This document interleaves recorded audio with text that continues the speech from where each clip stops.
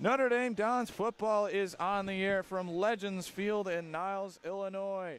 It's the Chicago Catholic League and East Suburban Catholic Conference Finals. The St. Laurence Vikings against the Notre Dame Dons. Welcome, everyone. It's a cold one once again, and it's the only game going on in the state of Illinois tonight.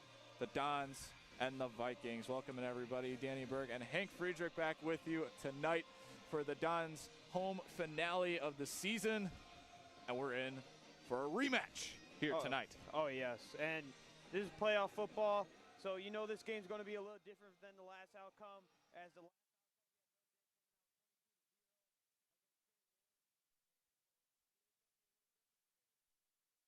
Agreed, and you know, this is something that you don't often see in high school football, and that's rematches in the same season. Yeah, I mean, and the only way you can rematch with someone is coming from the playoffs, and here we are in the Prep Bowl right now, Notre Dame versus St. Lawrence, and you know, St. Lawrence is looking for some revenge, and hopefully they can move on to the championship, but our Notre Dame Dons have some other plans. St. Lawrence has been off. They were off last week after narrowly beating Marion Central by just 11 points in Week 11, so now they're here in Week 13, having not played in about 13 days. And now they're playing this very talented Dons squad that has won 5 of their last 7. Yeah, and you know, Notre Dame has been absolutely rolling, both on the offense and defensive side. We've seen the Dons now have established that run game, and oh my goodness, you cannot stop Colin Randazzo. That's our guy to watch tonight on the offense. And then the defensive side, for probably the third week in a row, is Nate Garnhart. He's been going insane since probably the last time St. Lawrence played the Dons. He's just been unstoppable on the defensive end. Nate Garnhart, Michael Keenan, Jalil Johnson, Drew Malich, Mike Pentadis, Randy Russ, all over the place. Notre Dame, again, they didn't get the shutout, but you know, they gave up some points with like 5 minutes left in the fourth quarter. I still consider it a shutout, but Notre Dame's defense has been unbelievable this Prep Bowl. Yeah, you can't forget about Carl Schmalz or James Keenan, either of the two defensive ends that have been just wreaking havoc on offensive tackles in the last 7 weeks, and especially since James Keenan started at defensive end about midway through the season. He has just flourished and is now doing spectacular. Yes, the Keenan brothers, man, are absolutely crazy on the defensive end. James Keenan getting some sacks. You know, I think 1 week he had a strip sack too. You know, Michael Keenan, you know, he's moving, he's guarding his guy on the corner, and you know, he's coming away. He's came away with a couple of picks. So, you know, this Dons defense is got to keep this up, and hopefully they can prevail. As to add on to that, James Keenan is my impact player tonight. All right. So let's jump into score predictions. What do you got? So I didn't give out my other guy in the offensive end. I'm going with Joey Meatballs on the offensive end. And then, you know, I think it's going to be a low-scoring game. St. Lawrence is going to move the ball. Notre Dame's going to come out top, 24-7. All right, I like that. I think it's going to be a little bit closer. Even though St. Lawrence hasn't played in about 2 weeks, I think that they're still going to give the Dons a run for their money. I'm going 28-21. Like it. I like it. We're going to send things over to public address announcer Mr. Mike Marisi. We will be back after the national anthem.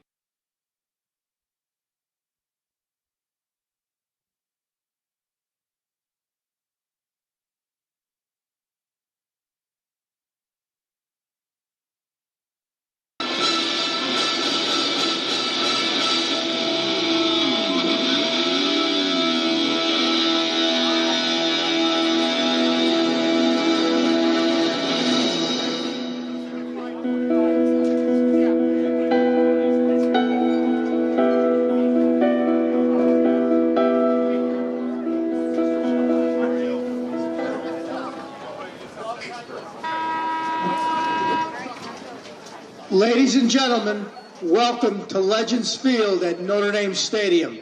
Please stand for a prayer by Notre Dame Principal, Mr. Dan Tully.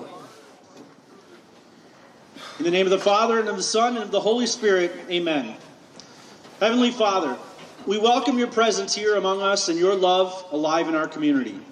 We thank you for these two teams, these two schools, and for the chance to study and better understand the world around us. We come together in your name on this field in the spirit of brotherhood in the hope of growing closer to you. We ask that you guide us to our best effort with safety for all. We ask your blessings on the men and women who serve our country near and far, and all those who request our prayers.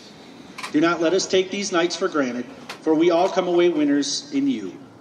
As we don our school colors with pride, help us to be persons of faith, scholarship, and service. May Our Lady Notre Dame watch over us all. These things we pray in your name. Amen. Notre Dame, pray for us. In the name of the Father, and of the Son, and of the Holy Spirit. Amen. Ladies and gentlemen, please remain standing for the playing of our national anthem.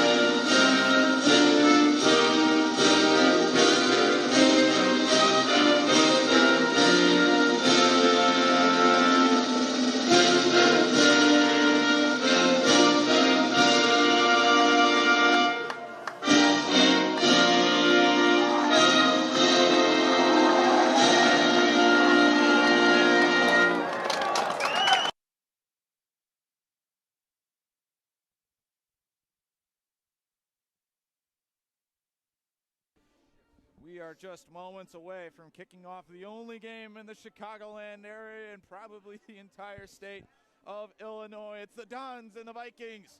Winner of this game will move on tomorrow. We'll move on to play either Kenwood or Simeon next week in the Prep Bowl Championship. St. Laurence looking to get back there for the second time in as many seasons, and Notre Dame is looking to become the first East Suburban Catholic Conference team ever to make an appearance in the prestigious game. Yeah, and, you know, all the hype is around this game, you know, especially with the only game on today for the Illinois high school football, and hopefully Notre Dame can come out on top. So St. Lawrence won the toss, and they deferred to the second half, so the Dons are going to start things out on offense tonight, which we haven't seen a ton of this year. Dons are pretty good at the coin toss. They are pretty good at the coin toss. Yeah, kind of like the Bears. And the only good thing they got going for them. Oh man, that's a good story for later. Oh wow, yeah. All the injuries. Man, you know what? We can talk about that later in the game. Yeah, but a little later on.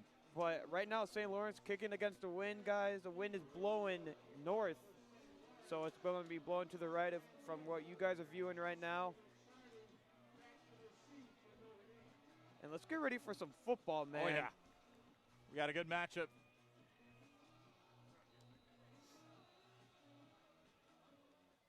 As we substitute in for the bullpen again.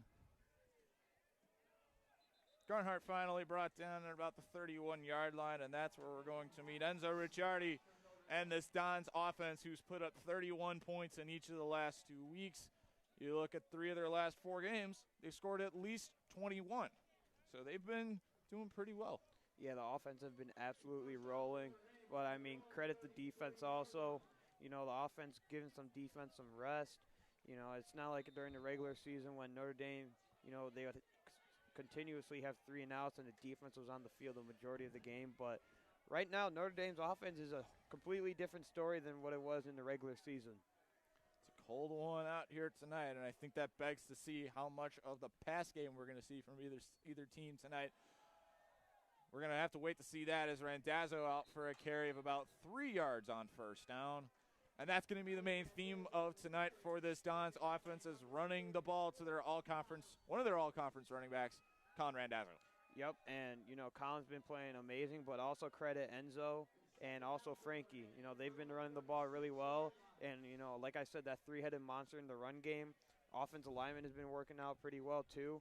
So it's just good to see that the Dons have been starting to be more consistent on the offensive end.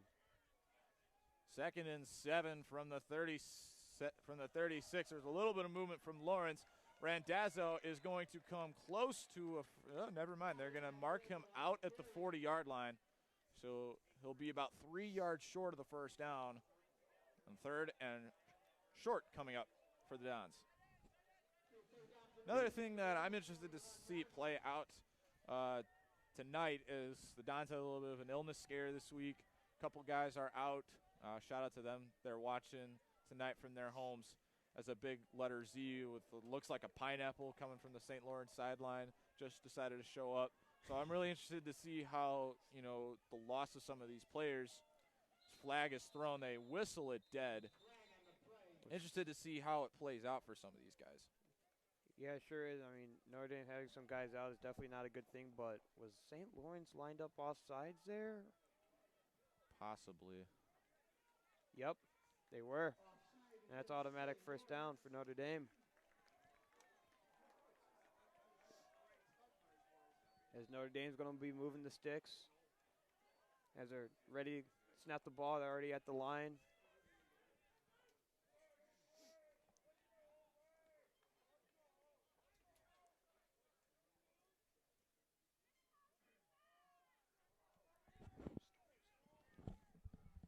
Is Enzo in the shotgun.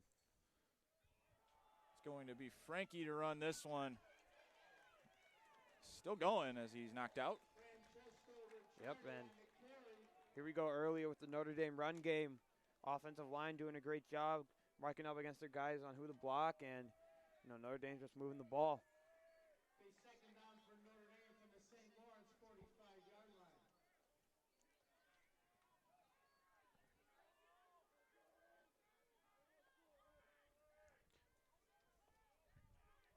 Second and short for Notre Dame. Enzo going with an audible right here. Checking out with his lineman. Snap to Enzo. Another run for Notre Dame. Do use that one. Move the sticks. Yep. Move those sticks. And another run for Notre Dame. See Connor O'Boyle hustling off the field. Great to see him back after missing pretty much the entire regular season with that ankle sprain. Yeah, it's good. Always good to get him back. It's great to have him back, and you know he battled a little injury during the whole season, and you know especially with a senior and a guy like him, it's glad for him to be back. Another run. This is Randazzo getting to the outside. And with forward progress, they'll give him about 3 or 4. Yeah, about. Oh, hey, look at that. Hank and I were in the same gloves. Nice. Trying to give Dan some signals right now. Yeah. Hard to do. 39-yard line. Yeah. Our vantage point's not always the easiest. We're not high up, or we kind of got a straight line shot right down there. Yeah, I mean, We this isn't like Soldier Field where we can be high up and see everything. Soldier Field's probably the worst example of that. Yeah, you know. The new Arlington Heights field. There you go. That. There goes Randazzo, has a first down. That'll stop the clock and move the sticks.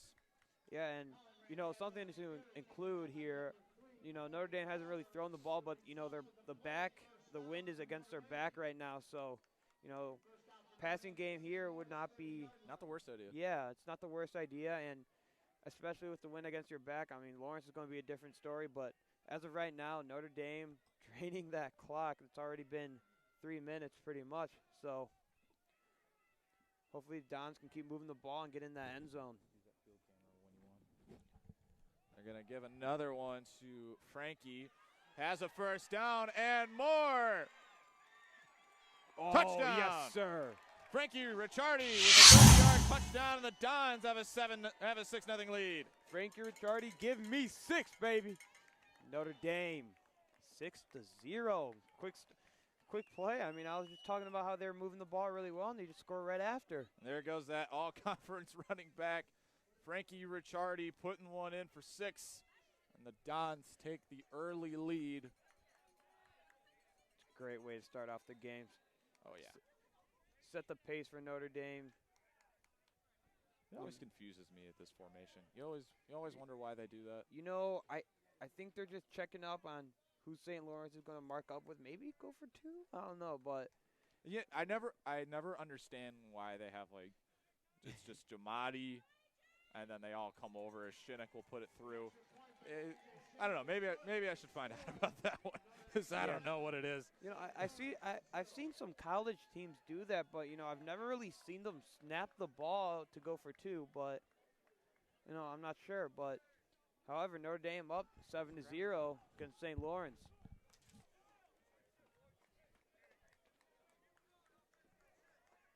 So that'll turn things over, and St. Lawrence will get to see the offensive side for the first time.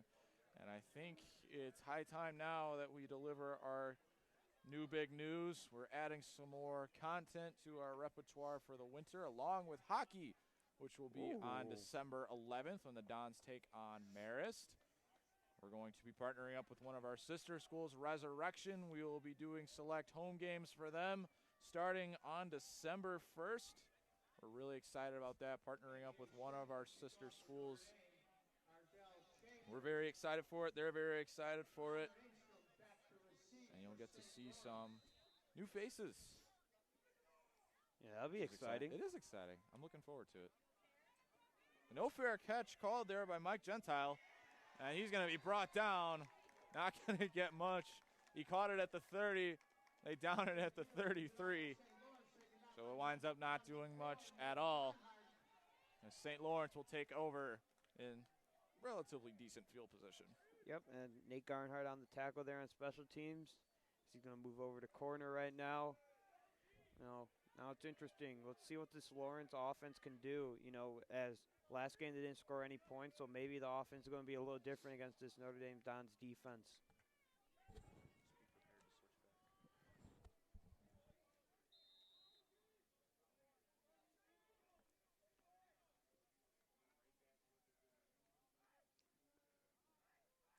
Motion man, they're going to give it to Elizondo, and knocked out. Not much there. They're going to give him a yard at best, and that's about it. Yeah, you know, running the jet sweep towards the short side of the field is kind of a questionable call there, because you know it's not a lot of green you can run with out there, and especially when you already have two receivers over there, it doesn't really make a whole lot of sense. But it ends up in a 1-yard pickup. And we got some movement. We got a false start. So that'll knock him back 5. So 2nd and 14 coming up for the Vikings. And, you know, this is maybe the byproduct of not playing in 2 weeks is, you know, you haven't gotten the game reps. And that's always like one of the caveats of having the off week. It's good for having the rest, but you're also not getting the in-game reps. Yep, sure is. That you expect every week. Yep, and, you know, penalties are going to hurt you. McCoy rolls out. Pass incomplete. Was looking for Elizondo again and did not have him. Yeah, and in that case, it sets up a 3rd and long for Laurence, and, you know, that's something where you don't want to be, especially when Notre Dame has just ran the ball on all plays. So, you know, not a good start for St. Lawrence as of right now. Ooh. So it'll be 3rd and 14 for the Vikings. Try and make something out of this. Don't want to be punting too deep, especially if you're down.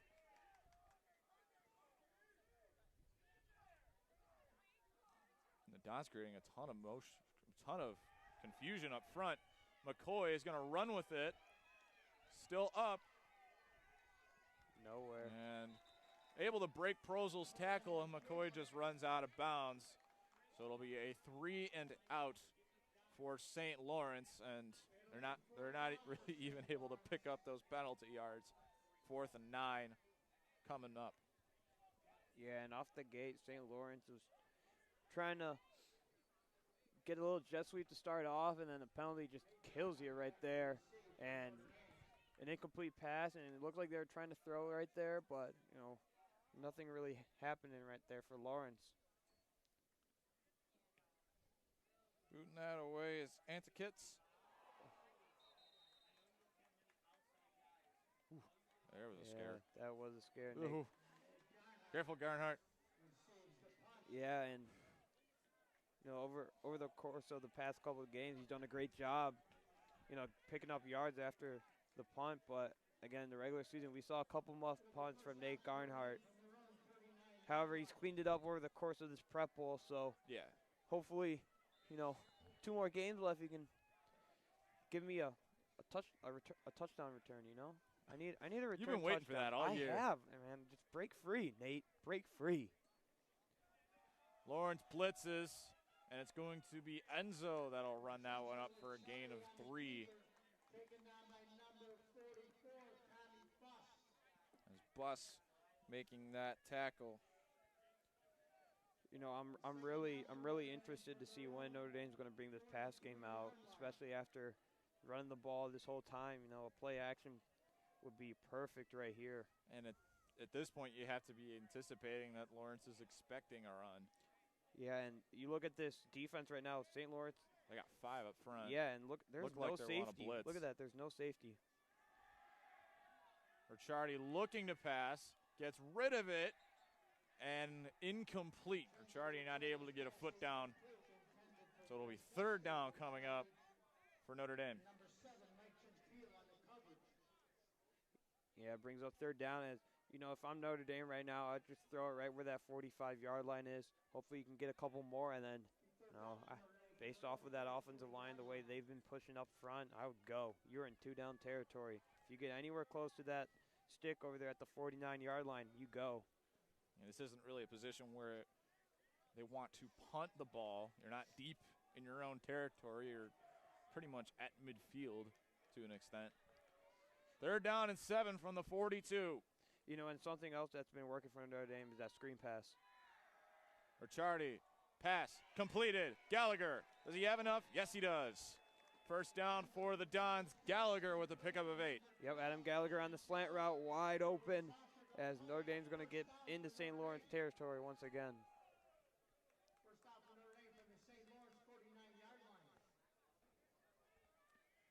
Just under 8 minutes to go here in the first quarter. Dons have the early 7-0 lead on a Frankie Ricciardi 30-yard touchdown run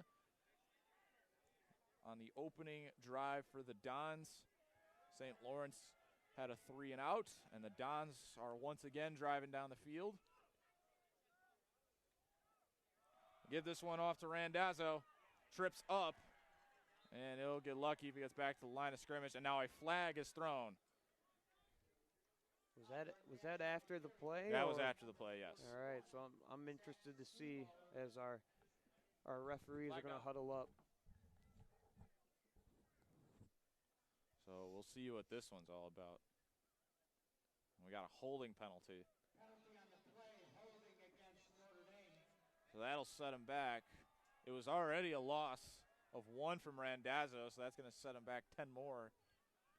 1st and 21 coming up for the Dons.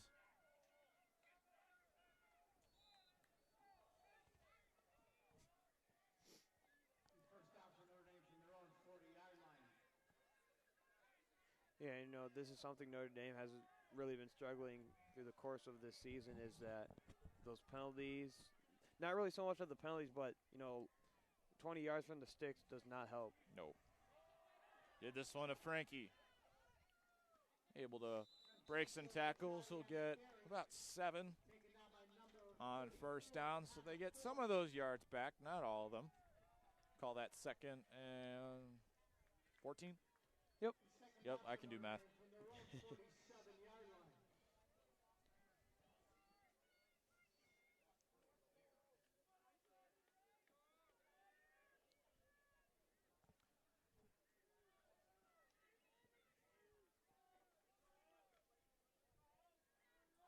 Notre Dame receiving the play from the coach. You're having an issue with our with our game clock right now. It is we have 6 minutes left as we attempt to figure out what's going on with that. As Notre Dame not getting really a whole lot on the run game right there, which brings up a 3rd and long for Notre Dame.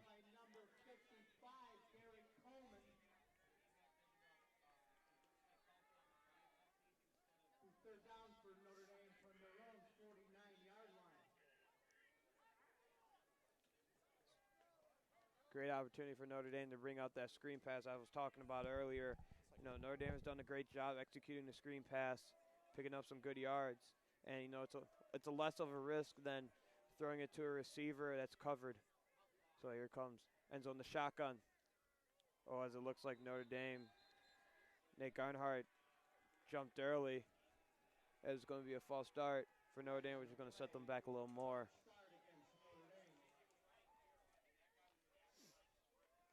Third down for Notre Dame from their own 44-yard line. And right now with a false start, it brings up 3rd and 17 for Notre Dame. It's not the situation we're in right now. Set it back up, Everett. We're going to go down 11, maybe. 6 o'clock. Ricciardi needs downfield. Incomplete. Vincenzo Ricciardi's pass He's looking for the knee, man. intended for Francesco Ricciardi. Safety's being drawn in from the run game. I was surprised he still in on that 3rd and 17, but brings out the Notre Dame punt. Dylan Desinfante is in the punt for Notre Dame.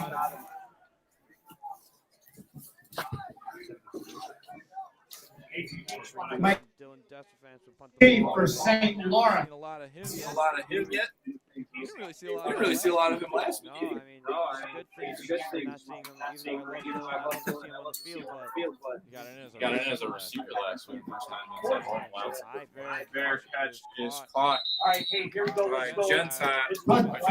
Catch by number 7, Mike We're Gentile. having some issues on the producing side right now. Right. We actually had game clock froze on us, so we got that fixed. Good thing it was only a minute or 2. 11 check over. We're back, running smooth. First down for St. Lawrence from their own 27-yard line. we can do it. We don't want to jinx it. We can do it.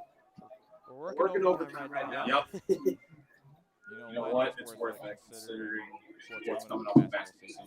Yep, I'm Don't appreciate that. I am excited to see that. Me too. Here we go. Ryan Carroll on the carry, taken down by number 10, Mike Fantastic. Just 5. That's it. Mark, Really? Saturday. That's crazy. Right, Yeah, that compared to what he last year, Oh my right? goodness. And That was red too. So think about if there would be a lot more games if there was a COVID year. As me and Dan were talking our butts off. That was You didn't do those. You were 16. Let's go. You know, I think mid-season as Matt finally was cleared up. Ryan Carroll on the carry, taken down by number 2, Randy Russ. Awesome player. So kind of filled in his role. Where you are. I think I'm doing all right. Just all right. I'm all right. We're down at 1 for the Vikings. McCoy trying to organize this offense. Motion man, they're going to instead hand it off. That's Carroll. And he's got it. Hey, here we go. Let's go right. First down for the Ryan Vikings. Carroll on the carry, taken down by number 88, Carl Smalls. The result of the play, first down for St. Lawrence.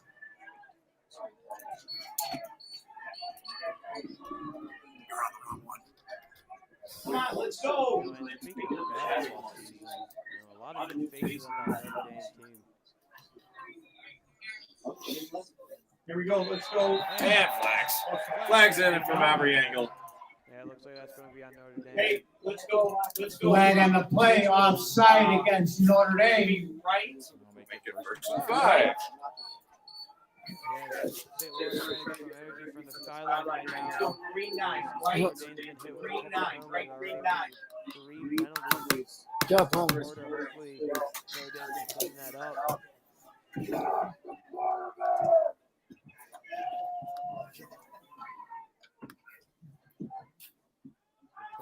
That's about good. Shots And Garnhart with the interception. This is a common Boys, occurrence. pass intercepted by Nate number Garnhart. 24, Nate Garnhart. It's going to come from one of the two corners, Nate Garnhart or Michael Keenan. And, I'm still hoping on a Michael Keenan interception, but Nate Garnhart with the takeaway. Against CT in the hole. Bob, tell him it's exactly what we talked about, that he's going to have the whole shot on the dunk. It was dumb. It was 5:59 dumb. He had Corey Culver in the hole. It was everything we talked about all week.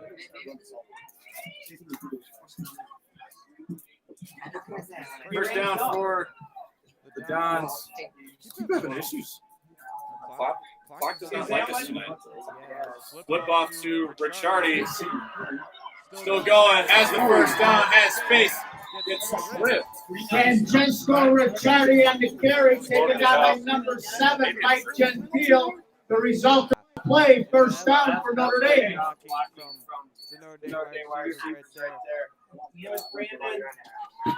Was me as Notre Dame able to get the ball out in the green, and Frankie just taking it for a big game for Notre Dame.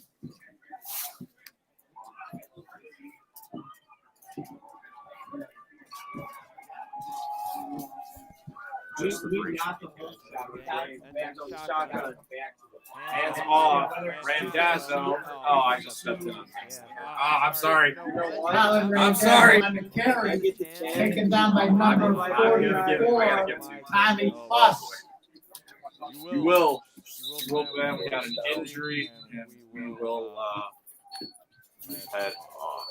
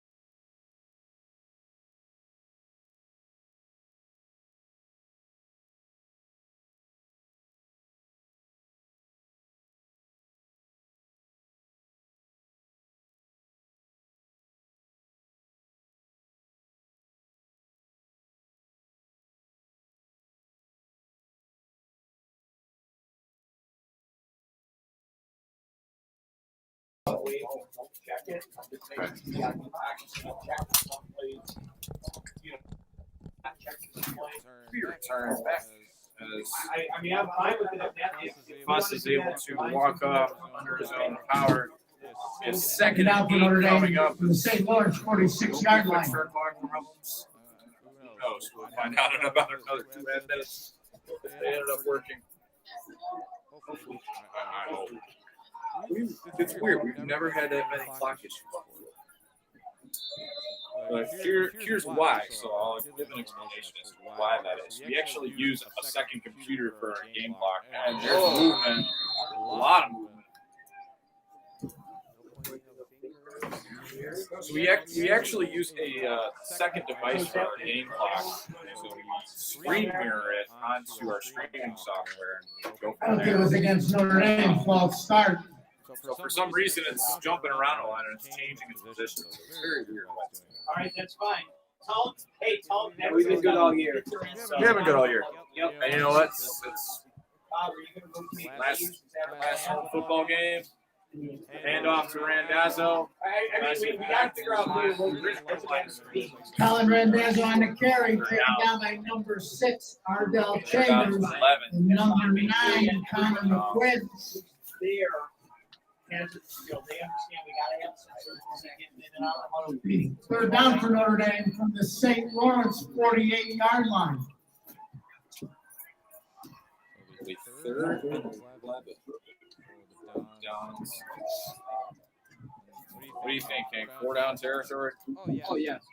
Throw that ball, have like 5-yard pass, and, you debate on it. Pass. Completed. Bernhardt. First down. One more. He ain't done.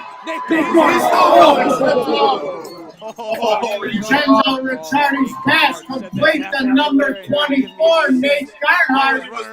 He's up to the play, a first down for Notre Dame. Nate Garnhart, give me that ball. It's a big First down for Notre Dame from the St. Lawrence 23-yard line. Receiver 2. Look out. Yeah, Nate Garnhart on both sides of the ball. Big impact with the interception, and now a huge first down pickup for Notre Dame, which they are 4 yards away from that red zone. Ricciardi on a far rollout pass just out of reach. Vincenzo Ricciardi's pass incomplete, intended for number 24, Nate Garnhart. Number 6, Ardell Chambers on the coverage. Listen for it. He's second down for Notre Dame from the St. Lawrence 23-yard line. Yeah.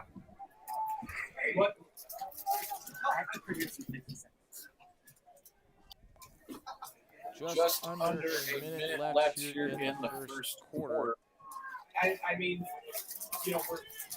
we could run maybe a follow. We're guessing on the side. Look out. End zone. Pick up a 12 right there for Vincenzo Ricciardi on the keeper, taken down by number 23, Anthony Petran. Red zone. At the 11-yard line, Donner looking to put up another 6. St. Lawrence back against the wall right now. Notre Dame lines up another shotgun formation. Enzo with the snap. Hands off to Colin. Colin on the outside. Not going to be able to pick up enough. Yeah, this looks like it's going to be a no gain.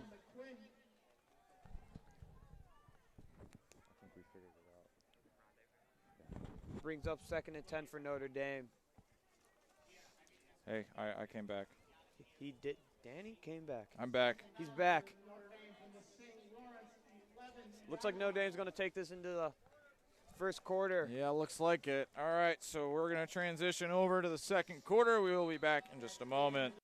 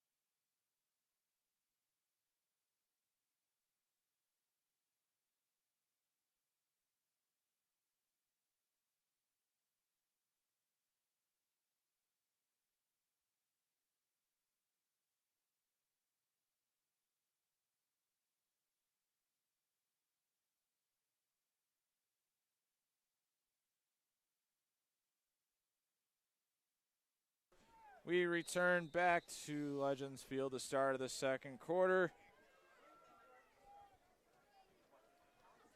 Ricciardi out of the gun. They put Ricciardi, the other Ricciardi in motion. Ball is fumbled.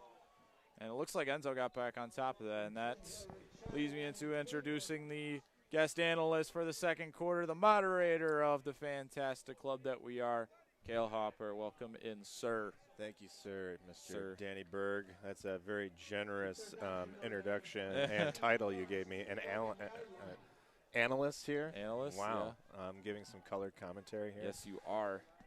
We're in trouble here, folks. Oh, yep. We're looking great. looking great. As the issues don't stop. The issues don't stop. Ricciardi on the rollout. Picked off. Chambers. And he's knocked out. And he's getting a little handsy as the Vikings pick off Ricciardi. Haven't seen a lot of those as of late. No, we have not. I guess exactly not what you want to see here when you were really going to start moving the momentum in your favor here. But we'll see what the ND can do here. We've been playing sharp all night. See if Garnhart maybe gets another pick here for us. I would love to see another Nate Garnhart interception. Be great if it was a pick six this time. Oh, that too. Put it all the way. Do what he did last week with Carmel. I mean, that was like a 23-yard pick six. Nice and easy. We'll take it what we can get there. Yeah, right. I'll take that. So, Dan, you've done a lot of interviews on the show here. So let's reverse it here just for some fun. So what's it been like being kind of the head of sports beginning really in the spring of or winter of sophomore year? How do you think you've handled that? You know, I'll give you one thing. Matt McMaster and Josh Lill and Stephen Claybaker really got me ready for this. Now Josh and we had an injury. Forbes now limping off. McMaster and Josh now both doing work with Big Ten Network. McMaster just called his first TV game for Nebraska women's basketball a couple days ago. Josh has been doing a lot of stuff with the football team, which is awesome. You know, jumping into it, I had a lot to live up to because, I mean, they were spectacular. And then Dalkin and Nelson, when they were still here, there was a lot to get in with that.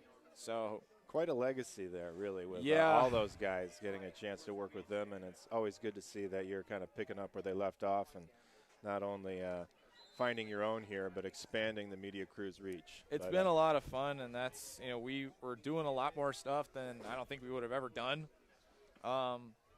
before, and it just shows how much that the group has grown as McCoy brings it up for just a couple of yards, and there's a flag on the play. It looks like over here. We do have a flag, and it's against the Vikings, so we'll move things back a little bit. Penalties for both sides seem to be killing the momentum. Anytime they seem like either side is getting a little bit of rolling steam there, we got a flag. So that'll move things back to looks like the 10-yard line. 1st and 15 coming up for the Vikings. Let's see if ND pins their ears back here a little bit and bring a little bit more pressure.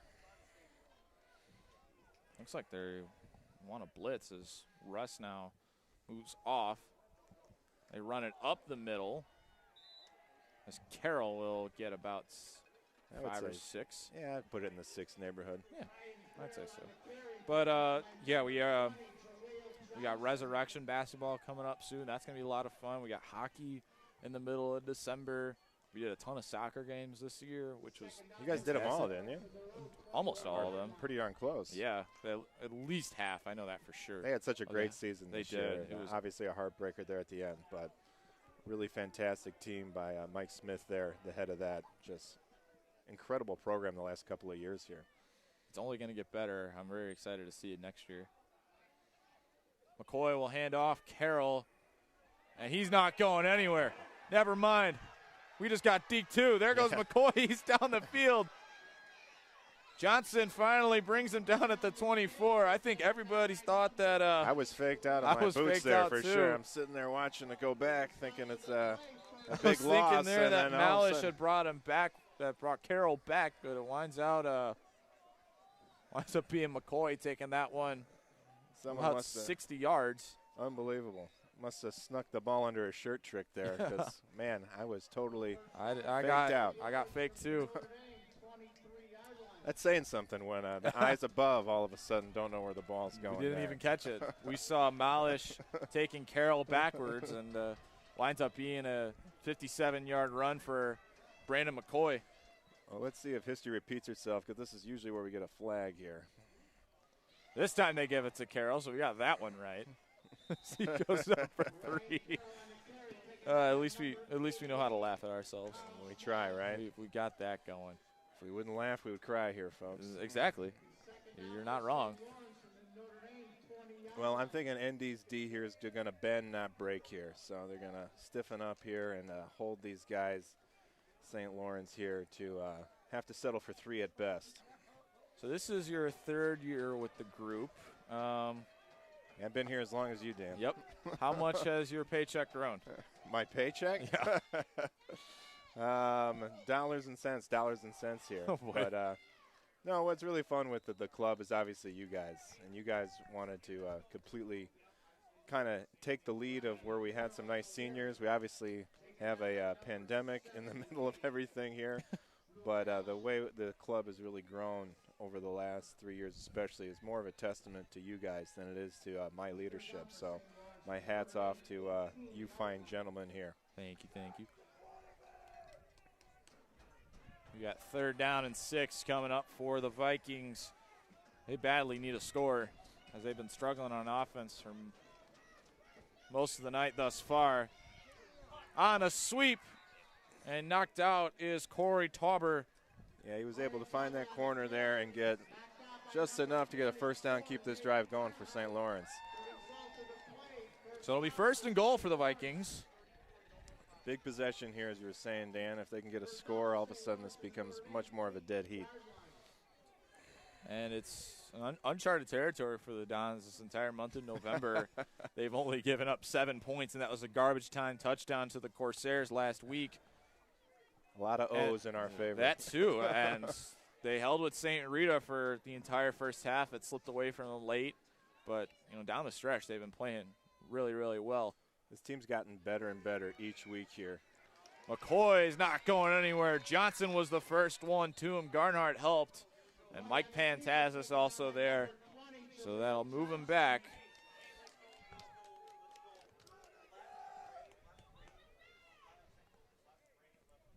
It'll be 2nd down and 2nd and goal, excuse me. 2nd and goal. With just under 8 minutes to play here in the first half. Be interesting to see if they continue the ground game here or if they decide to go to the air here. Wouldn't hurt to go to the pass with the wind at their backs. No, would not. Handoff. And stuffed is Seinballer. That's not right. Siebenaller. All right, yeah. Better you than me, Dan. Better you than me. I was kind of close. Hey, I'm always impressed with you guys in the names. So sometimes I see those and I'm like, I wouldn't have a prayer. Siebenaller. The names aren't big either for Laurence. I mean, it's a one-sided piece of paper with probably 60 names on it. You got to, put it right up against your face if you want any chance at seeing anything. Here's a big 3rd down here. Update on Tommy Foose. He is walking around. He's running on. Never mind. That wasn't him. I saw 4, so I thought it was him. They hand it off. Oh, ball that ball came out. It looks like ND has That's got Don's it. ball. Big play by the defense there. Obviously getting that turnover. Carl Schmalz, the all-conference defensive end, gets the strip sack, and the Dons take over deep in their own territory, starting at the 4-yard line. Carl there might get a couple extra credit points in my debate class there. So way to go, Carl. Like that number, too, 88. I do like 88. Someone on the Cowboys had 88. Who was that? C.D. Lamb. Yeah, that's it.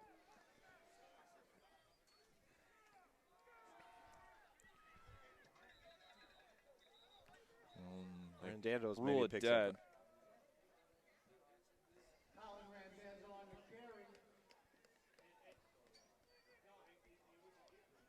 It's the only game in the Chicagoland area tonight. It's the Dons and the Vikings from Legends Field.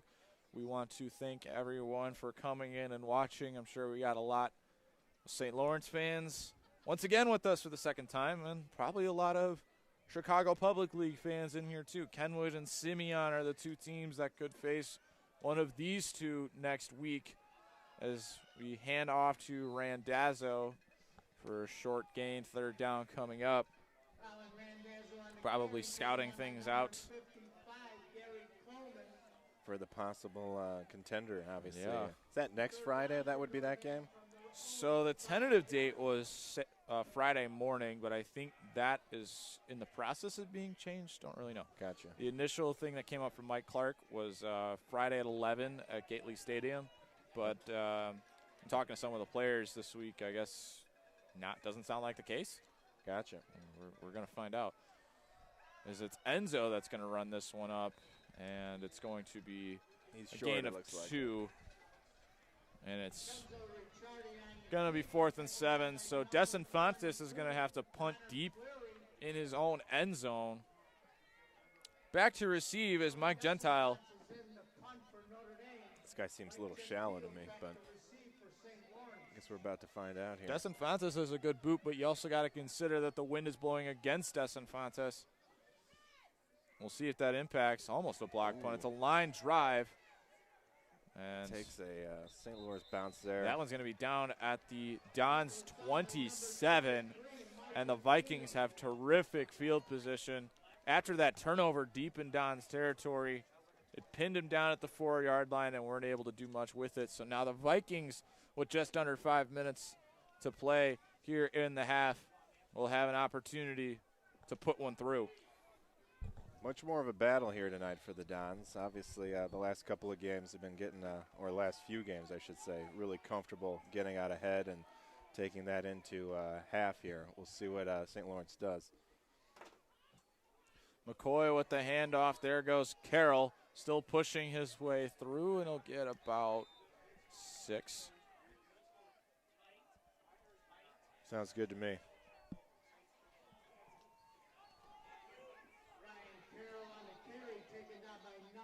So we've got 2nd and 5 coming up here.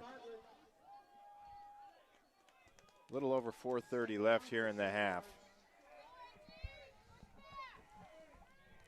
2nd down and 5 for St. Lawrence. It's a handoff. They give it to Carroll again. And will be a little short. Looks like about 2 or 3 yards short of the first down. So 3rd and very manageable for the Vikings coming up. 3rd and 3 it looks like. You think this is 4-down territory here, Dan? Absolutely. And, you know, I don't know the strengths of the kickers very well for St. Lawrence, but right now this is about a 35, 36-yard field goal try. I mean, if he can manage it, go for it. There goes Carroll. And no, that was McCoy. We got deked out again. That's going to be short, so it's 4th down. And it doesn't look like that the kicking team is coming out for the Vikings. So I'm looking around, but I'm not seeing anyone jogging on out there. So it looks like they're going to go it. for it here. It's 4th down for the Vikings. 4th down and 2 from the 19-yard line of Notre Dame. We might get a timeout here from St. Lawrence. We'll see here. Yep, there they do. Is. So a timeout by the Vikings. We're going to take a break with them. We'll be right back.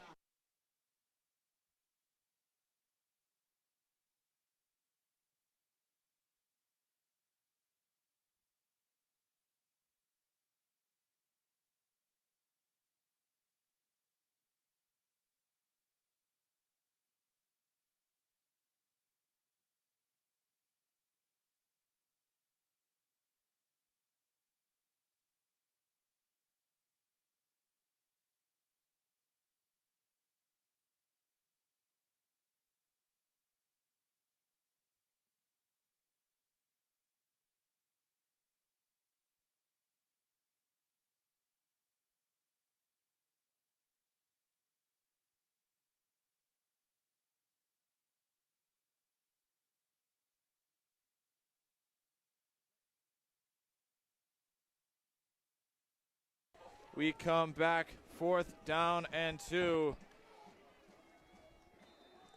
Big play for St. Lawrence.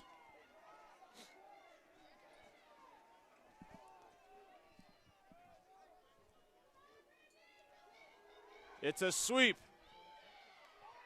It's going to be close. Let's see where they got it. They got it. First down as the officials stop the clock. And they keep it moving. Looked a little closer than that to me, but they got better vision, obviously, Yeah. down there on the field as far as forward progress is concerned.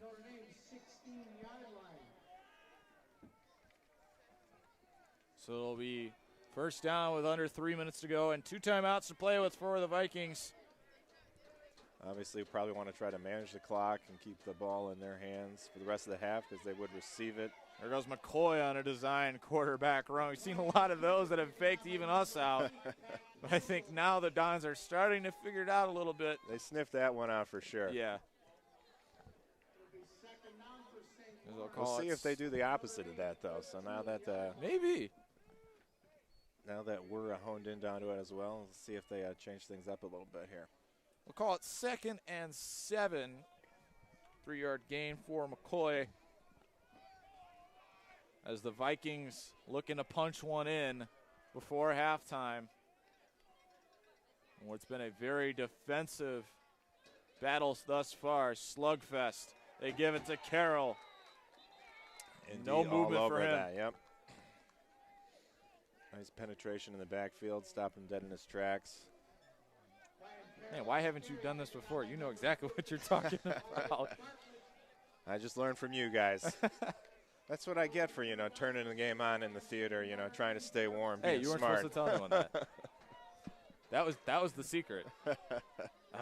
Only on occasion. All right. just for the cold games. That's right.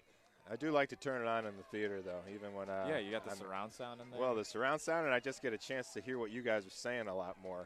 When I'm standing out here, sometimes can't hear anything. Right. But when I get a chance to watch you guys, that's when it's fun. They Ooh, pitch it. A little pitch here. Gentile. ND's all Short. over it, though. Not even close to the first down. That was a nice design. It's a fantastic design. Don's defense there, wow, just really impressive the way they were able to get to the ball quickly, surround that ball carrier, and bring him down. Some great athleticism on the Don's part. So Antovich will come in and kick a 30-yard field goal try for Antovich. Trying to get him on the board a few points before half. Obviously, they get the ball. Antkevich. It's up. With the kick. Is it wide? Got it. Oh, he got it. Bad angle up here, hard to tell. That would have been good probably from 40 yards. Yeah, he that had was a lot of leg behind that. That was an A.J. Shinnick type of kick, but you also say a Connor Talty type of kick from St. Rita if you've been with us before. So that leaves 37 seconds for the Dons to maybe get something. They have all their timeouts. They got all those timeouts. They have chances to get something done, but that's going to mean good field position to start with. This is going to mean Enzo Ricciardi throwing the ball, which we haven't seen a lot of yet tonight. That's going to mean he's had his opportunities, though. So he has has a couple of shots. There was that pass in the first half. He overshot a little bit, but that was just because St. Louis was bringing great pressure. We'll see if he doesn't get another opportunity like that here. Obviously, we'll see what happens here on the kickoff. And a lot of times, though, too, to bounce off that, he's been looking to pass, but he's recognizing the defense and ends up just taking it himself, which is very smart. He's been growing as the year's gone along. He hasn't taken a sack in a while either, which is also very good. He's been putting the ball where his receivers can get it, and obviously not the defense. That's what you want to see here. That's going to be a touchback. So that'll send the Dons out to the 20 with 38 seconds to go. First down. Still the 20 here, huh? Yeah, it's the 20 for high school, and then it's 25 from there on out.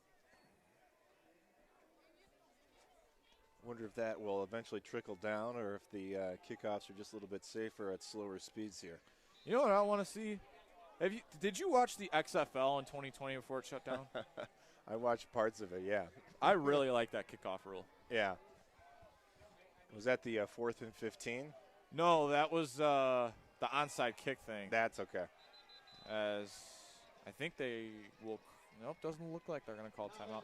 That was where the two teams would stand 5 yards apart from each, or 10 yards apart from each other, and the kicker would be back at the 35-yard line, and the two teams would be at like the 25 and the 35 on the other side of the field. It was actually quite interesting to see it. That sounds very interesting.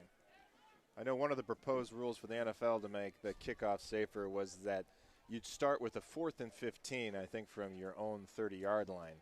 And the idea was is if you wanted to go for it, you could, but obviously a 4th and 15, pretty hard to get. But if you're down, obviously it would make it pretty interesting for playoff games and obviously anything close where playoffs are on the line. But it's time for halftime. We got about 20 minutes until we start things up again here from Legends Field. We'll be back very soon.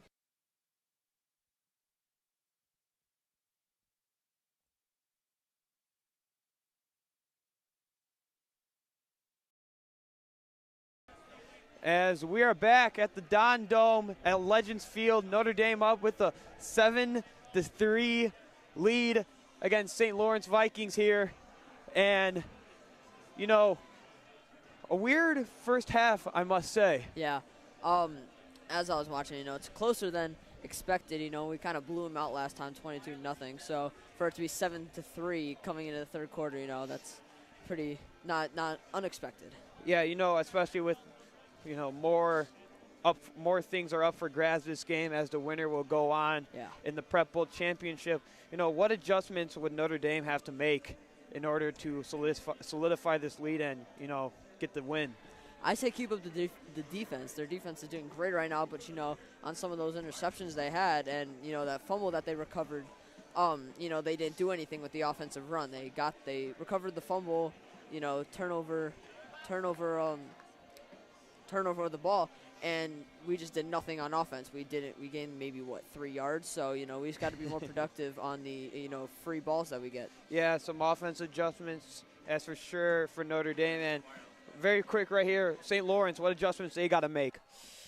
They got to keep up their defense. I mean, their offense. Sorry. You know, they as well as ND's defense has been, their offense has kind of, you know, been back and forth. You know, some plays they'll, you know, have a 20-yard run, then the other play, you know, they won't gain any yards. So, you know, they just need to keep a consistency on their offensive drives. Yep, for sure. As, you know, St. Lawrence really only having that big run that was for 60 yards, set them up really nicely as they didn't get the ball, they fumbled, and then they forced Notre Dame, which resulted in a Dylan Destafans 24-yard punt. Not the greatest punt you want for Notre Dame, and, you know, they put 3 points on the board as we have A.J. Shinnick to kick off for Notre Dame as we start the third quarter. As there's going to be a little muff punt. As looks like St. Lawrence are going to recover that. Mikey Elizondo. Yeah, I have a feeling it's the weather for that. You know, it's just so cold out. You know, their hands are probably freezing. They just got to do whatever they can to stay warm, you know. And we've seen a couple of just, you know, drop passes or, you know, fumbles where just easily comes out of their hands. And, you know, on a warmer day, they probably would not have dropped it. Yep, as we have St. Lawrence starting with the ball at the, what was that, the 27-yard line, as with the wind going against them right now. You know, has the wind played a factor so far this game? Probably. I mean, you've seen the punts, you know, and the shorter yardage that they've had. So, you know, throws and punts, you know, it's just, even though it's just a slight wind, it affects it a lot. St. Lawrence hands the ball off. Is going to be an option play as they're going to pick up a nice gain of about 10 yards, as it looks like they're going to move the sticks here. Yeah, if St. Lawrence keeps doing that, you know, and just keeps getting consistent first downs, I think that they'll start to score more. But, you know, as I said before, Don's defense is looking great right now. So, yeah, as we saw St. Lawrence starting to go more of an option type of team now. They started out in the shotgun, wasn't really able to get a whole lot working with them, as, you know, that motion offense right now for them has been moving pretty well. St. Lawrence lines up in the shotgun now. Man in motion. Looks like it's going to be a pitch play, and he's brought down. Read it perfectly. They knew something was happening over there. My goodness, Notre Dame all over that play, as that's a loss of 4 for St. Lawrence. Yeah, Jack Doherty on that play, he read it. He saw it wasn't a handoff, kind of stayed back. You know, once the pitch happened, just absolutely clobbered him. Yeah, that's a good read, especially Jack Doherty being a safety here. He saw the man in motion as he knew it was going to be a run. As you got Jack Doherty and Jalil Johnson, two safeties, as they're creeping up right now. on St. Lawrence. A lot of movement from Notre Dame. It's going to be a quarterback keeper for about 3 yards.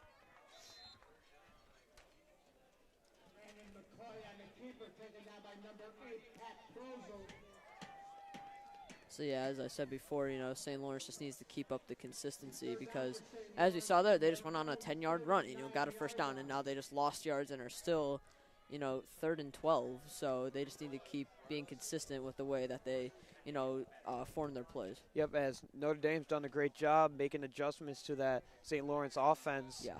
As it brings up 3rd and long. St. Lawrence, 2 to the left. Man in motion. Play action pass. As he's going to be brought down. The ball's loose. As St. Lawrence is going to be able to recover that. Once again, another great read. You know, this Don's defense is, you know, that's exactly what they want on every play, and they're honestly making it happen. Yeah, Notre Dame causing havoc in the backfield right there for St. Lawrence, which will bring on the punt. Nate Garnhart back to receive. Again, kicking against the wind, so it's going to be a little hard to get the ball to Nate Garnhart. Oh, almost blocked there. As look at that wind, knocking that ball down. Yeah, just a little bit moves it a lot. Yeah, and that's only going to be about a 14-yard punt. About, as we saw from Notre Dame side, Dylan only going to get a 24-yard punt. So wind playing a big factor in the special teams. Yeah. That brings out the Notre Dame offense. What are you looking for right here, especially on this drive? I'm looking for change. You know, they scored the first touchdown, you know, and then they didn't score after that. So, you know, I'm expecting to see what they can do, what they've noticed that the St. Lawrence defense is doing, and work around that. So, you know, I'm looking at seeing, you know, changes on these plays. Yeah, but as Colin Randazzo runs outside the tackle, as he's going to get a gain of nothing right there. Brings up 2nd and 10 for Notre Dame. Yeah, just like that, you know, what I was expecting was, you know, they'd kind of read that better and see, you know, how the defense worked out there. Clearly it didn't happen, but, you know, throughout this whole second half, that's what I'm expecting the most, just to see what they change and to make sure that, you know, they're fixing whatever they didn't do well in the first half. Yep, some big halftime adjustments both teams have to make to be able to pull ahead. So it brings up 2nd and 10, Notre Dame. Enzo back in shotgun. As it's going to be a pass that's incomplete to Adam Gallagher. Yeah, can't be having just drop passes like that. That's, you know, how they're just going to keep moving back. Yep, as, you know, a low throw. It's going to be hard for Adam to make a play on that as it brings up 3rd and long for Notre Dame. So going to bring up a little bunch formation right now. It's Notre Dame looking over to the sideline. Enzo calling the audible. 3rd and 10 for Notre Dame. Enzo drops back. It's going to be a pass to his brother Frankie. Oh, that's Randazzo actually. Randazzo making the play. A pass out to the flags. Randazzo with a nice 22-yard pickup. That is great right there. You know, they come back, lost the yards on the first drive, you know, get back to, you know, 3rd and 10 on 3rd down, you know, right there. Just come back from it, adapt to the differences, and, of course, right there, just going a 20-yard run. Yep, as no one picking up Colin Randazzo from the backfield results in a 23-yard gain. As it brings up Notre Dame now at St. Lawrence's 26-yard line. Looking to put some more pressure on the Vikings. Enzo. Hand off to Randazzo. Wow. And there goes Randazzo. Randazzo, 10, 5, touchdown. Colin Randazzo, give me 6. That was awesome. I noticed it first. Tommy Shipman with the incredible block. He led Randazzo right through the hole, you know, just got, I think he had 2 guys on him, just pushed him right through, and, you know, that just gave Randazzo the wide open hole to, you know, get through and again, a touchdown. As there is no one I'd want to run behind than Tommy Shipman. That was the first thing I noticed, you know. Tommy Shipman, a big block, cleared Randazzo. As Colin made a nice move upfield. and got Notre Dame 6. That's that chemistry right there. You know, they've been doing that all season. So you think by this time, you know, almost December, they'd have that down, and they clearly do. Yeah, as Jack Doherty with the hold and AJ with the kick is good. As looks like it's going to be a 14-3 game, and there's your halftime adjustment that we were talking about. Yeah, right off the bat. You know, first time was, what was that? Was that the first time they got the ball this quarter? Yeah, exactly, right there. You know, even though, like I said, the loss of yards, they adapted to it right away, came back 20-yard rush, and then scored a touchdown. So that's exactly what I was hoping to see, you know, just adapting to the differences. Yep, big third down play by Connor Randazzo. Also to add on top of that, as Notre Dame up 14-3, as the kicking team for Notre Dame comes out to the field. St. Laurence is back to return.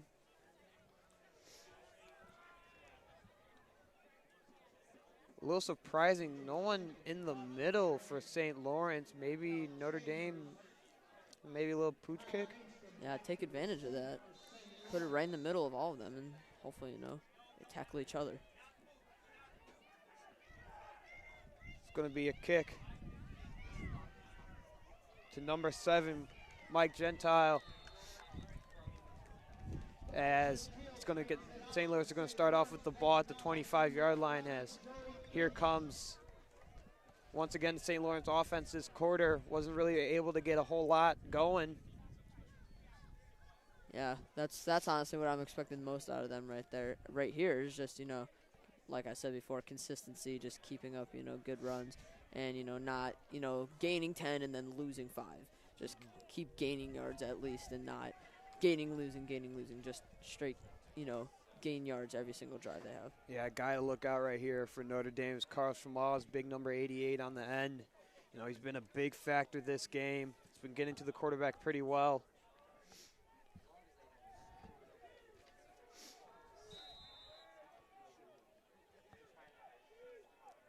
St. Lawrence, shotgun formation, in motion, pass. Whoa! Ooh, hit hard by Jack Doherty, but St. Lawrence able to make the catch and get a first down.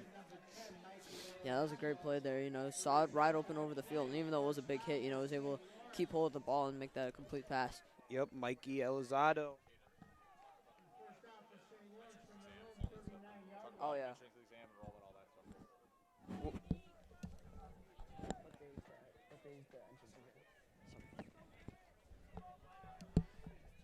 So we got a big play from Laurence as a 10-yard gain over pass over the middle of Mikey Elzando, as St. Lawrence is going to hand the ball off, as Notre Dame's going to break through, as that's Jalil Johnson able to break through. Like a gain of about 1 right there. Oh, maybe 2. Yeah, good job by Jalil Johnson coming off the block. So, Hank, you're a senior. What do you have to say about how great, you know, the environment is at ND and why you should come here, considering that the entrance exam is coming up on December 4th and you can register on our website? Yeah, you know, it's a brotherhood here at Notre Dame. As, you know, I couldn't say it more, as my guy, the Prez, Coach Boy, I wish I could have him up here because he does he sets a great example here at Notre Dame, as looks like it's going to be a quarterback keeper for St. Lawrence. Brought down 2 yards short. You know, something at Notre Dame is different than other schools is that it's really one family here. And, you know, with all of your boys around you, you know, everyone's going to fit right in. You got clubs. You know, I'm in a club. I got chess club. You know, I'm part-time media crew. I just had a contract extension with Dan. You know, he gave me another 1-year deal. So, you know, it's just great to be here at Notre Dame. You know, a lot of activities for you to do. You know, everyone's going to come out and support each other. Yeah, I mean, I've only been here for 2 years, and, you know, last year was the weird year, as that looks like of a gain short. of about 1. Yeah, it was still short. Like I said, last year was a weird year with COVID, and, you know, it's hard to talk to people, hard to get to know people, but, you know, they were still even able to make that happen, even though with all the COVID stuff happening. And then when this year everything went, you know, back to normal except for wearing masks, I know it was just so much easier, and it shows, you know, how great ND is that you can, depending on the situation, you can just talk to people and boom, they'll be your friends for life. And that's why, you know, I'm in media crew. You know, I have friends for life that will be in here. And, you know, any other sport you play, any club you join, you know, you'll have friends for life. Yep. That's what separates Notre Dame from everyone else, as Nate Garnhart is going to call for a fair catch, as Notre Dame is going to get the ball at the 21-yard line, as we get to see our offense again. Defense has been great this game. You know, they've not, of course, they've only let up the one field goal, but that was just on one breakaway that they had. So far, the Dons have, you know, kept it to, you know, maybe one first down per drive for St. Laurence. Yeah, they've been great throughout the prep pool. Again, a 31-0 victory over Leo, and then, you know, they gave up a fourth quarter touchdown to Carmel Catholic, but yet again they were up by however many points. So as Enzo's going to hand the ball off, oh, is there going to be a fumble? Randazzo fumbles it, as it looks like St. Laurence is going to recover that. And not what you needed right there, but yeah, it's momentum swings over to St. Laurence right now, as I think it was number 8, Ryan Carroll, on the fumble recovery for St. Laurence, as the offense is going to get the ball at the Notre Dame 25-yard line. Oh, sorry, 28-yard line. You know, defense is just out here. Let's see what they can do. You know, they only had about one down of break, so. As it looks like it's going to be dropped off for a 14-yard gain right there, as Brandon McCoy doing a great job rolling out into the pocket, creating time, and delivering to his wide receiver. St. Lawrence looking to put some points on the board, as we got 4 minutes and 38 seconds left. So I'm assuming, I think, you know, I was, you know, doing stuff while St. Lawrence had their field goal, but was this closer than it was before to the, you know, the end zone?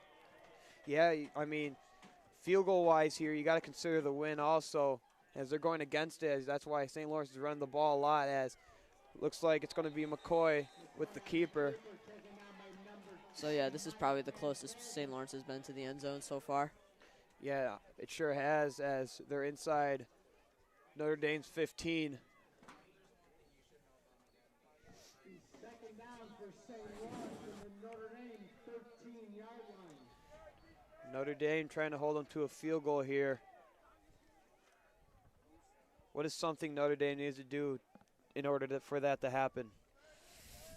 Just, you know, their backfield needs to just, you know, be ready for anything, because, you know, of course it's football, so anything can happen, so you never know, you know, what route's going to happen. So the backfield and the safeties have to be ready just for a pass like this. As McCoy, it looks like he's going to scramble. He's going to throw to his receiver. So it looks like St. Lawrence is going to pick up the first down. And as we saw there, Andy also needs to keep up the pressure on the quarterback, so, you know, he can't get an easy throw. You know, don't let him have a lot of time. Get to him right away so that, you know, he has to make a panic throw and, you know, maybe mess up and throw right in the hands, you know, throw it right into the hands of our guys. Sorry about that. Yeah, as McCoy was feeling the pressure right there, able to step up into the pocket, scramble, and, you know, deliver to his receiver once again, as it brings up first and goal for St. Lawrence, looking to put some points on the board. McCoy in the shotgun. The snap. So he's going to keep it, as he's going to be in for a St. Lawrence Vikings touchdown. Completely laid out right there, you know. I think someone was on his leg, and he just had to lay out for last chance, and he was in. Yeah, Brandon McCoy looked really good on that drive for St. Lawrence, as it's now a 14-9 ball game with the extra point pending. Yeah, so now we know both teams, they know what they're doing once they get into, you know, the red zone. So, you know, before St. Lawrence had to resort for a field goal, this time, you know, they were able to score. So that shows that they know what to do in situations like that, and, you know, they don't panic. As looks like St. Lawrence is going to take a timeout, as we will head to break.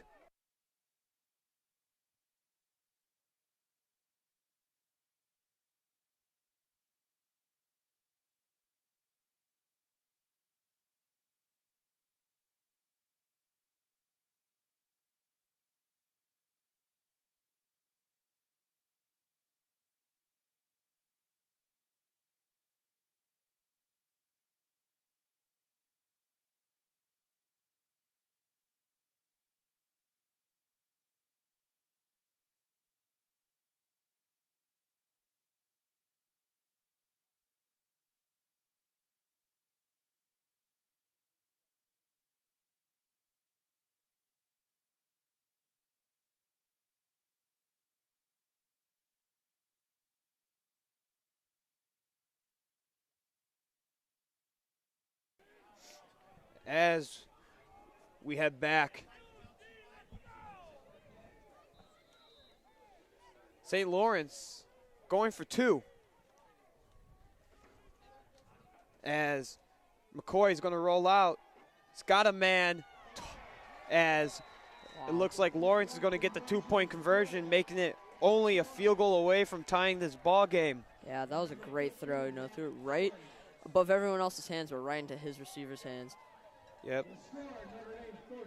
Great throw and great catch. Yeah, I was by able Kyle Richardson. Able to get 2 feet down, you know, before he got out of bounds. I don't think he was too close, but, you know, could have fell with only, you know, foot down. Yep, as momentum has swung here at Legends Field, 14-11 Notre Dame, as St. Laurence coming off the touchdown if you're just tuning in to Legends Field. Yeah, this is way closer than most people probably anticipated, you know, just considering last time we played St. Lawrence. So I'm excited to see how this game ends up because, you know, it's been a close game all game. Yeah, it sure has. As there's a different type of vibe right now going on at Legends Field. Notre Dame got stunned by the fumble as Colin Randazzo coughed it up at the 26, with Ryan Carroll falling on it. As St. Lawrence is going to punt the ball away, or kick the ball away.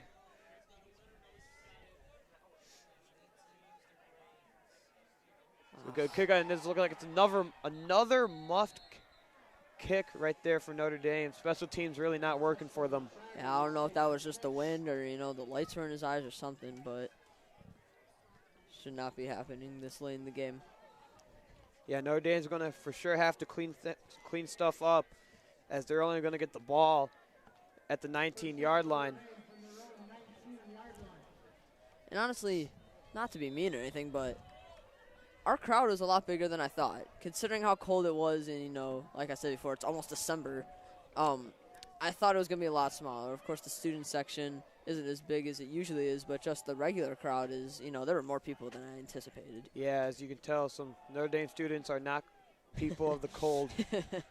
As a handoff to Randazzo, only for 2. Honestly, if they could just keep getting, you know, even if it's just small yardage like that, they could still, you know, they could still just, that's all they really need.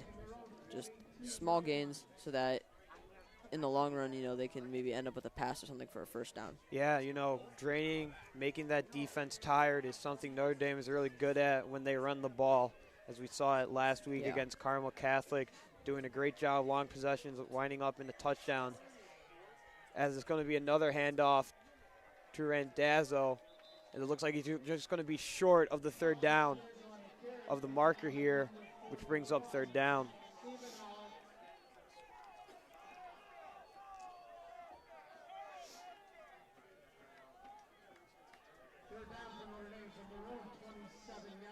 As Notre Dame looks like they're going to go heavy here, bringing the 2 tight ends.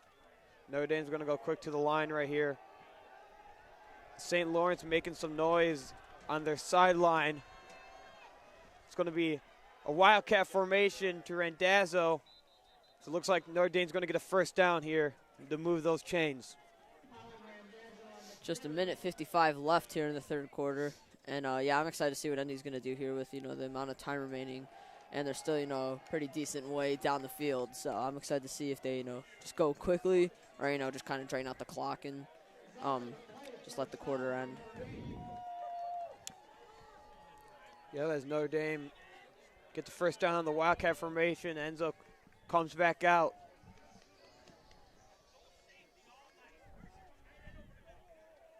Notre Dame checking over to the sideline. Snap to Enzo. Play action pass to Garnhart. Garnhart breaks one as he's tackled at the 37-yard line. Nate Garnhart making defenders look silly out there. Yeah, that was great. That's what they need to keep doing, you know, just gains of 5 or 6 yards. And, you know, I think, honestly, by the time the quarter ends, they'll be at the 20-yard line. Yep, as that win and loses football games right there. Those one-on-one tackles. Yeah. As Nate Garnhart was able to shed through one, as getting a nice pickup for Notre Dame, which leads into 2nd and 4. He's been phenomenal all game all game for that. You know, he's just juking players left and right. Yep, that's why he's on special teams, returning punts and kickoffs. As we got 47 seconds left in the third quarter. As he's going to hand that off to Enzo. He's going to go all the way. Frankie Ricciardi, touchdown. Frankie, wow. Give me 6. That's that family chemistry right there, brother to brother for the touchdown. As Enzo with a nice read, Frankie taking it to the crib. I don't know if anyone else saw this, but, you know, they held onto the ball so long, you know, you couldn't tell if, you know, the quarterback was going to keep it or if they were going to hand it off. So they were both holding onto the ball for maybe 3 seconds while running, and that's what made it so unpredictable. You know, defense couldn't tell who was going to take it in the end, and that's just what gave him the open pass. Yeah, and I thought Enzo kept the ball, but they did a great job right there. I was confused at first because I couldn't tell. As Frankie taking it to the house to put Notre Dame up 21-11. That's how you come back from a bad play, bad drive, fumble, resulted in a touchdown for St. Lawrence. That's how you come back right there. Just score, take it right to the house. That was quick. Notre Dame, 6 plays. What? 6 plays, 69 yards. Notre Dame doing it again on the run. Something you love to see. Yeah, now defense just got to keep it up. You know, they've been great all game, so if they could just keep it up, they'll they'll be in good shape to win this football game.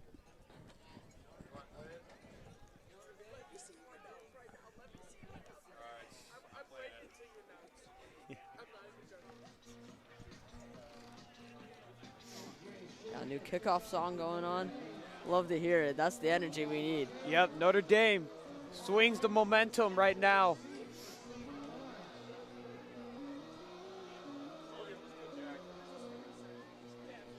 Student section jumping.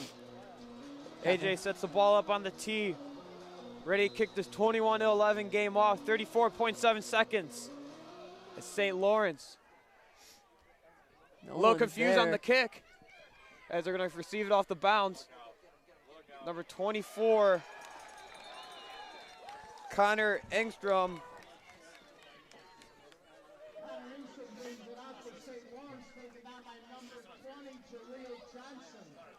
Connor Engstrom brings it out to the 15-yard line for St. Lawrence. Starting back from the 15, Lawrence doesn't want to do that, especially after a Notre Dame touchdown from Frankie Ricciardi. Yeah. My goodness. You know, the Indy's got the home field advantage. You know, they have all the momentum on their side right now with that touchdown. You know, the fans are into it. It's just everything's on their side. Yeah. The speedster, Frankie, coming out of the backfield, running for about like 60 yards. My goodness. So it looks like Jaleel Johnson's going to be able to make the tackle on number 3, Corey Tuber. Yeah, Jaleel Johnson's having a phenomenal game too. Just not letting anyone get past him. You know, if he's on them, they're going down right away. Yep, as looks like St. Lawrence is going to wind this clock down as it's going to end the third quarter. Notre Dame 21-11. As we will be back for the fourth quarter.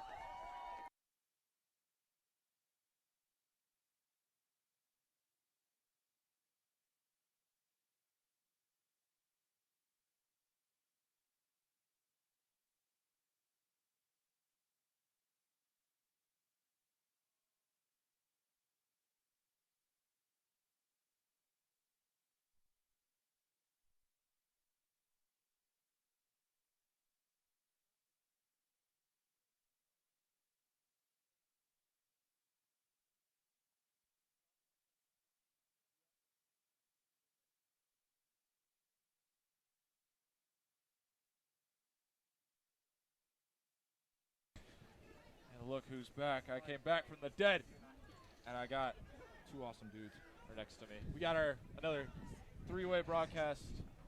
We haven't had that in a while. Yeah. It's been a little time. Yeah, Brink, where is Nick Maxu right now? Yeah, where's Nick Maxu? I need Nick Maxu here right now. We'll go 4-man. Nick Maxu always has a spot in the booth. Amen. So it's the Bergen Frawley podcast plus Hank. If any of our soccer fans get that reference, I hope you do. 'Cause that was really like the talk of our shenanigans during soccer coverage. We got 2nd and 5 here for the Vikes. McCoy looking to pass. Doesn't look like he's going to get a chance to do that. All the momentum's with ND right now. That's Malish getting in there. Yeah, and to add on right now, this wind has picked up a lot now. I don't like it. Yeah, it's blowing in our faces, blowing in everyone's faces. I'm sure no one really here likes the wind. But St. Lawrence with the wind at their back. They have to like that because they have a better opportunity to pass the ball. Yeah, and, especially down 2 scores, field goal kicking won't be a problem for Laurence as of right now, the passing game needs to get going for St. Lawrence. Really haven't been able to get a whole lot out of that. And the Vikings letting the clock tick here. They've taken a lot of time already. They've already shaved a minute off the clock with only 1 play. And there's another one. McCoy rolls out. Pressured again. Down. Wow. This time it's Pantazis. And it's 4th down for the Vikings. Man, this defensive front for Notre Dame has been awesome. So it brings up 4th down as, Notre Dame can put up another score right here. Yeah. I was waiting for Caden to say something. He's been quiet for the first. Oh, no, I mean, I wasn't sure. I was going to say, as I was saying in the 3rd quarter, ND needs to keep their defense up if they want to, keep this lead going. And, 2 minutes, 1.5 minutes into the 4th quarter, that's what they've done. And, they're just going to get the ball right back. So it works. It works. Oh. I thought that was blocked. Nate Garnhart. Nice grab there by Garnhart. There he goes. Look out. Nate Garnhart turning the wheels on and takes that one out at the 30-yard line. About a 22-yard return for Garnhart, and the Dons have it in spectacular field position. With about 10 minutes left to go in the ball game. I apologize for the people about my excitement on that block kick. I thought that was actually going to get blocked. That looked like it was a block kick. I feel like it always looks like a blocked kick from up here. Especially if it's like a line drive kick. Yeah. It can look like really close to a blocked. Because, I always think that too. They'll get close and they'll put their arms out and I'll be like, oh, did they just block it? And then I'll see it go flying 30 yards. Ricciardi Whoa. lifts one up, and Kelly brings it down. Well, that was a duck. Look at that. That was a 11-yard completion to Sean Kelly, but that was just a rainbow. Yeah. Yeah, as the St. Lawrence defender didn't really know a whole lot what was going on. Know what was happening? I thought it was gonna go. Kind of stood there and he just whoop. I thought it was gonna go like end zone range. I mean, he'll take a free 11 yards. Yeah. We love free stuff. Yeah. That had a lot of air on it. A little busy. Oh, when the fans ask for pump. Why are the fans asking for pump it up? I thought only the kids liked songs. You like know what? It's a 9-word song. They're gonna score right here, and the fans are gonna get what they want. We're gonna play Pump It Up. That one's not gonna go for much. Make a promise. If we score here, you have to play Pump It Up. I'm still not giving away the passcode to my iPad. That you guys can't have. As I have other guys looking on, trying to get it for me. We do have Chelsea Dagger in the album. We used that for touchdowns for the sophomore game last year. It actually went pretty well. Yeah, every once in a while Hank Fruger gets a hold of the iPad and plays some Enter Sandman. So you did do that during halftime. Yep. It was weird. We were told to keep turning it down because we got jumping. Because the speakers, we have a very weird speaker system here. We have speakers on the 4 light poles, and then we have them at the front as a false start on the Dons. We have it at the front of the press box. So it's either one or the other. And this time it decided to be the other with the speakers on the light poles, which decided to never work until today. Apparently it was very loud over there. So sorry, people's eardrums. It's not my fault that our sound system is not very good. Coach Boyle, I hope you're watching this. Wow, throwing shots. Hey, he's president. At the Prez, too. Randazzo, take that one up. Hey, he admitted it himself, so I'm reinforcing it. Can I be blamed for that? Huh? Apparently, Caden thinks I can. I didn't say anything. What? I looked at the name sheet that you're holding in your hand. And I throw shots at you. That's how it was all soccer season. Yeah, I was going to say, it's just like soccer. And you know what else I just realized? I made the comparison of Hank and I's gloves earlier. All three of us are wearing the same ones. How about that? Yeah, it's the chemistry in this booth right now. We're just missing Mac Ross. Yeah. He came up during halftime. We're like, where have you been? You know, he's in charge of the sound, as he told us to turn it down a little bit. Enzo will take that one up. I think you're in fourth down territory right now. Agreed. What do you think, Caden? Yeah, for sure. You know, I mean, I don't know if they'll go for touchdown or field goal, but I mean, yeah, field goal, but Hank's making a face. This late in the game, I think I'm going to change my mind. You take the points. You're right. Yep, you take the points. That's exactly what it's going to be. Yep, make it 2 touchdowns instead of a field goal and a touchdown. So brings out the kicking unit for Notre Dame. So it's going to be a 30-yard attempt. Oh my goodness. Oh. Wow. Banged it. That? A doink. Haven't seen that for a while. All right. Doink it. That was almost blocked, too. I'm surprised I got through. Yeah. You think that was the wind? That where the wind comes in? No, they had distance. They would have made it. It had the distance. It just a little off left. Little. Yeah. He was so precise that he hit it right in the front. He's channeling his inner Cody Parkey. All right. Yep. We don't. You took it. You took it there. I did take it there. You know, some Bear fans are still heartbroken because of that. Hey, we love you. We love you, AJ. Yeah. He's been a really good kicker this year. He's our Cairo Santos. He's a really good kicker this year. I did have to make the Cody Parkey joke. Yep, and I knew it was coming. Yep. At least it wasn't 2 doinks. Nope. It was only 1. Tauber looks like he got the first down. Yes, he did. That'll move the sticks once again. So that missed attempt from 30 for Shinnick gives the Vikings the ball back. Yeah, as it looks like St. Lawrence are going to have to hurry up a little bit because, 6 minutes left. They need 2 scores. Yeah. Fast game. Yeah.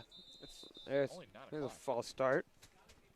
It's not even 9 o'clock and we're almost done. Oh, wow. Isn't that crazy? Yeah. When you run the ball, the clock winds. Yeah, that'll do it. Don't want penalties, especially this late into the game for St. Lawrence. Mm-hmm. I think we hit our high for the most people watching a game. We are over 300 for the day. Ooh. It's not Brother Rice, where they had over 4,000 in the Mount Carmel game, but we'll take what we can get. McCoy looking to pass, taken down. Nowhere. Smalls. When we go to state for basketball, that's yeah. when we'll get that. Yep. Let's get through the regular season first. Yeah. Let's. I have high hopes already. The Pats game, we're going to have good viewership. I can feel it. That's our highest viewed game ever, over 10,000. Good luck. Good luck being able to talk during that because that is going to be loud. Man, I can't wait for that. McCoy, pass. Ooh. Through 2 sets of hands. Pass was intended for Highland. It goes through Pantazis and Russ's hands. Mike Pantazis still has those running back hands from freshman year. There's actually 2 Highlands. There's Tim Highland and Matt Highland. That was Matt Highland that was targeted. Tim Highland's actually a freshman quarterback who's playing up this year. He's one of, looks like 6 freshmen that are up for the Vikings this year. Yep. 7 freshmen. I take that back. Get that experience at the varsity level. You know what, another game that's going to be crazy?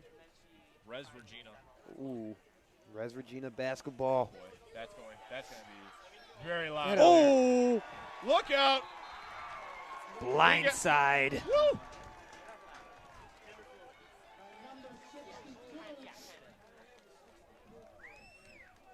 We don't know who this dude is, but he just got a sack.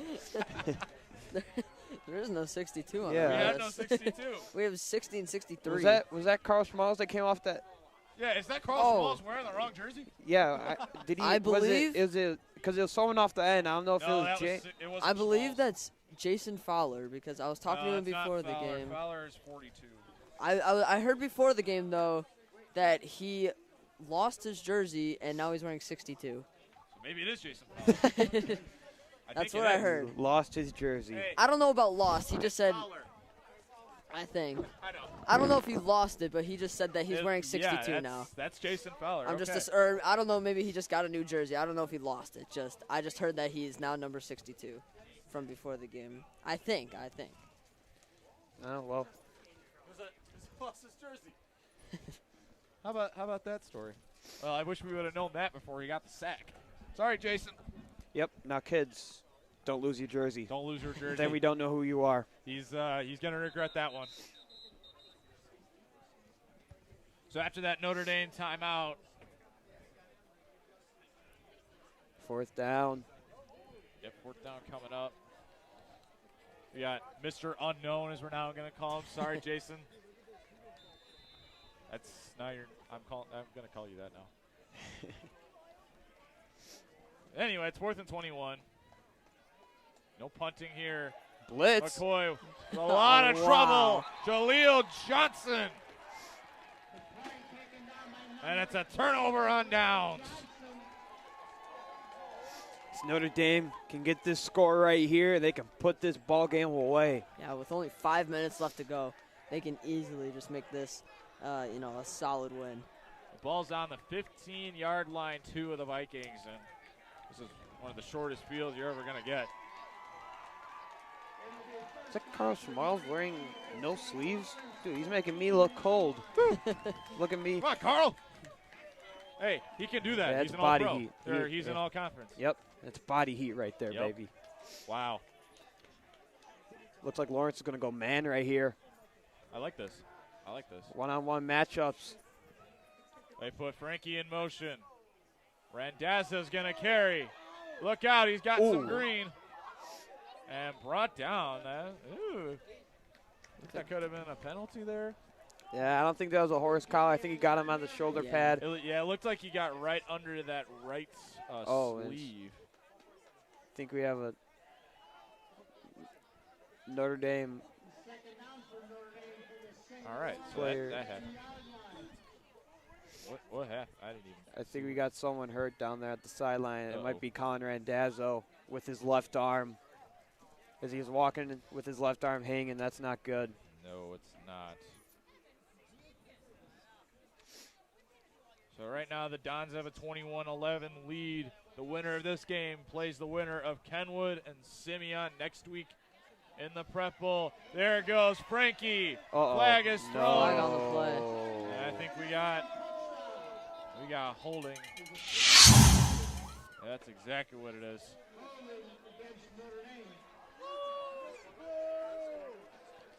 That's getting called back. Oh, you got you got the touchdown from Mike Marisi. We'll give him that. But the winner of this game is going to face either Kenwood or Simeon next week. Kenwood and Simeon will be playing at 12 o'clock, high noon, at Lane Stadium tomorrow. That should be a very fun game. Oh, yeah. No, Notre Dame's going to be watching that game. We got 4 minutes left. It's going to be hard for Laurence to get the ball and score twice. Yeah. As if Notre Dame scores right here, this ball game's over. Yeah. Don's But- trying to ice it. Yeah, I'm more worried on the sideline right now for Colin Randazzo. Hopefully he can get back. And Oh. Ricciardi gets swallowed up. That time it came from Kyle Richardson. They need to get the yards back here because, they had it. They also give it to scored, Siebeniler. basically. Yeah. Now Yeah. it's 3rd down and a long way to go.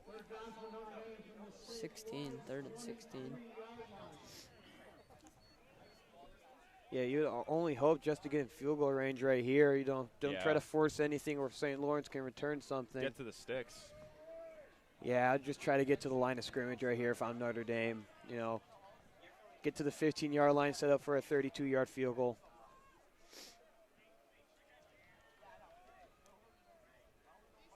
Big play coming up.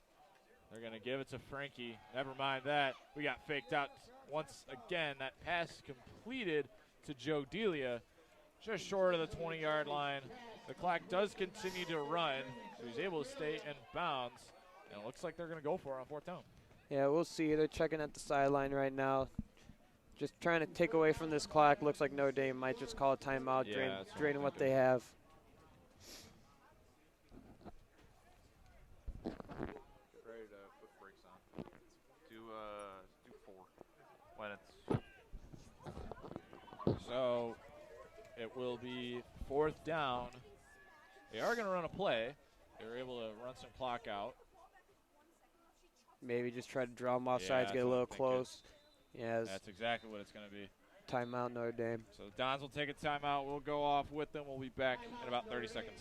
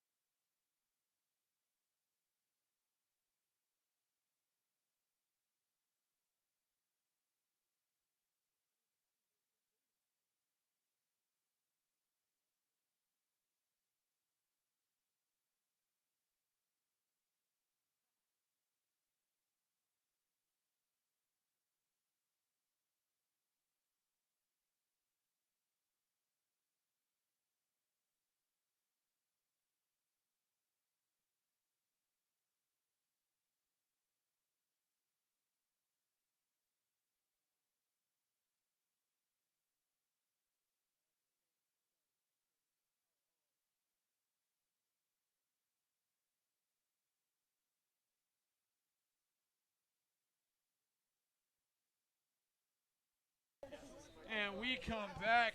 So after all, A.J. Shinnick is going to attempt a field goal. This one is from 38. He's got the wind against him.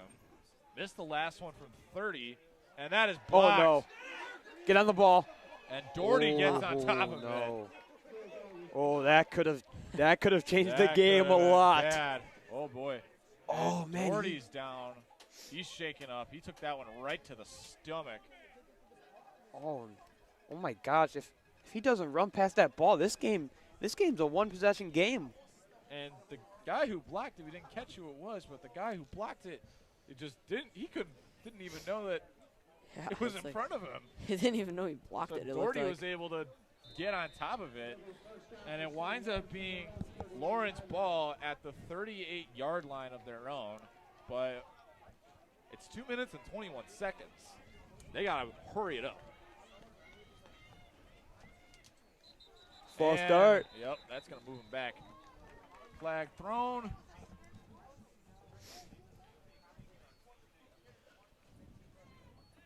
Oh, my goodness. Exactly what it is. That could have – that's still on my mind. That could have changed a whole lot. Wow. Jack Doherty saving it. He's going to get some pats on the back in the locker room for that one. But that's two no good field goals from Shinnick, and yeah, I mean, get a wave. Technically, one's not really his fault because that got Well, blocked. Yeah, but the other one was close to getting blocked. 2:21. 2:21. All right, Here goes Danny Berg to the clock.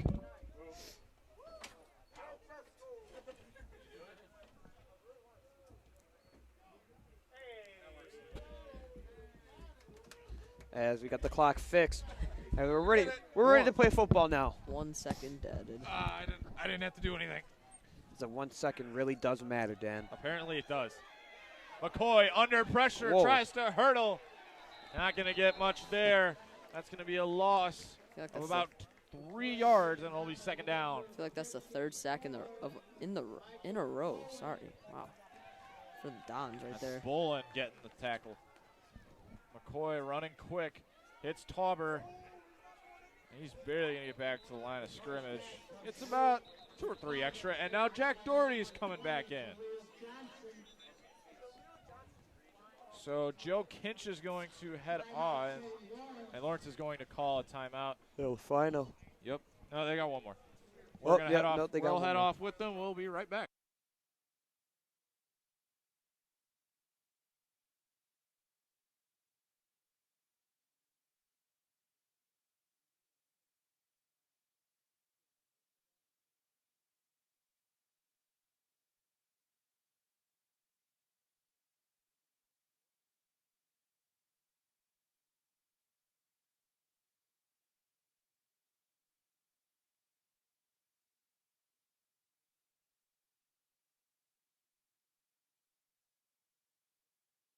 We come back. It's 3rd and 12 for the Vikings. Just used their second timeout of the half. They still need 10 more points. McCoy looks to pass, and that one is going to find its way to the Dons sideline. And he threw something out there that Will Meyer decided to pick up. Who knows what that was? I think that might have been his glove. Yeah, drop pass by Will Meyer on the sideline. That brings up 4th down for St. Laurence. You had one job. Sure, he was shocked to see the ball come his way. You don't see that very often. Yeah, he was like one of the last guys at the sideline. He was like further back behind everyone, and then he's like, "Oh, there's a football coming out my way." Hey, look, there's this flying object coming at my face. I better catch this.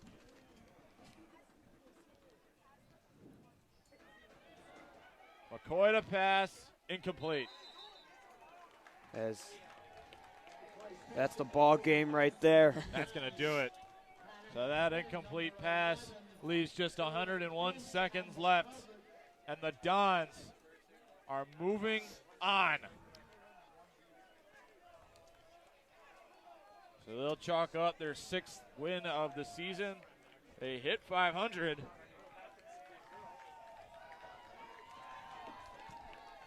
Oh, that's a good sign to see. Oh, my. That is awesome.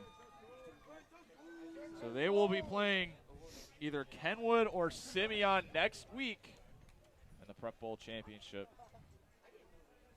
Just a couple snaps, and now a timeout's going to be called. For Notre Dame. We'll delay that a little bit further. We'll be right back.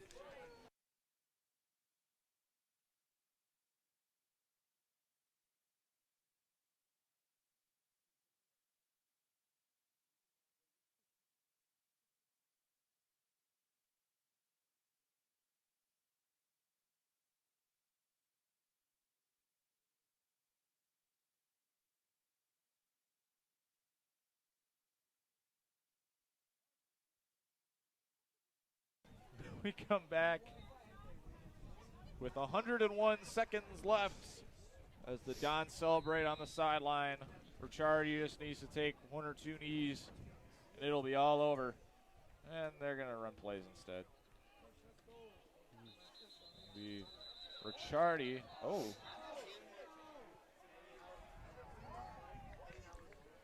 Clock has stopped. Laurence calls timeout.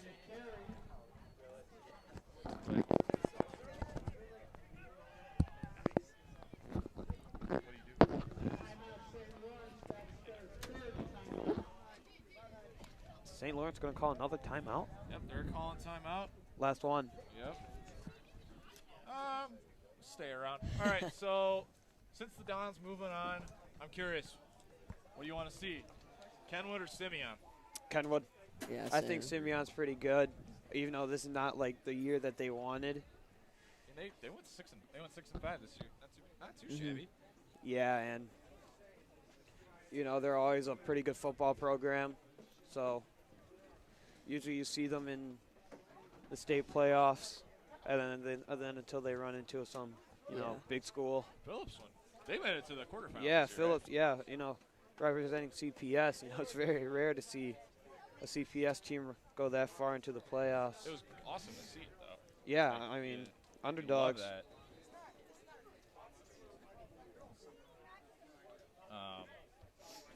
It'll be 2nd and 11 for the Dons when they take the field after the 1-yard loss around Frankie. And I think now is when they're going to start taking their knees. But I'm really excited for next week. don't know too much yet about it. All we know is it's going to be after the holiday, either that Friday or that Saturday. Charlie takes that first knee. He's got one more to take. I think he has 2 more. Oh, wait, no, he has 1 more. One more. One more, and then it's all over.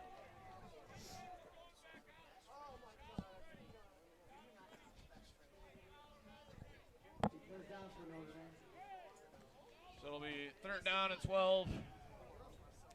Just need another knee. And a season that was really a tale of 2 tides. Yeah. They started the season out 0-4, and since then they've gone 6-2. Quite the turnaround. Although the wins came a little too late to qualify for state, you can say that they put a real nice stamp on the season. And I think they got to take They can one just. more, and then the defense will have to come out. Yeah, they so can. No, they can just snap the ball and just hold it for like 3 seconds and then go down.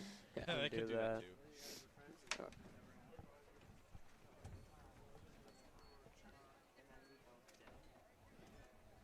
And honestly, my prediction from the 3rd quarter, came true. I said that they needed to keep the defense, strong. The Dons needed to keep their defense strong to, keep this lead.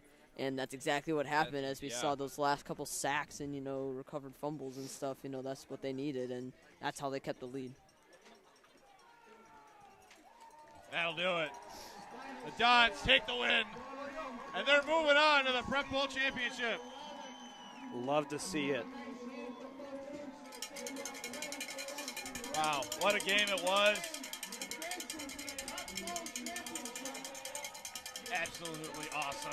What a game. Yeah, this crowd's really enjoying it right now. It looks like we'll see some more football. The Dons got one more game ahead of them next week against Kenwood or Simeon. Who knows what's going to happen then, where it's going to be. We really don't know. But all we know is that the Dons got one more game ahead of them. Yep. Wow. Bring them on, baby. Dons are ready. Bring on CPS. Yeah, with how they've played so far.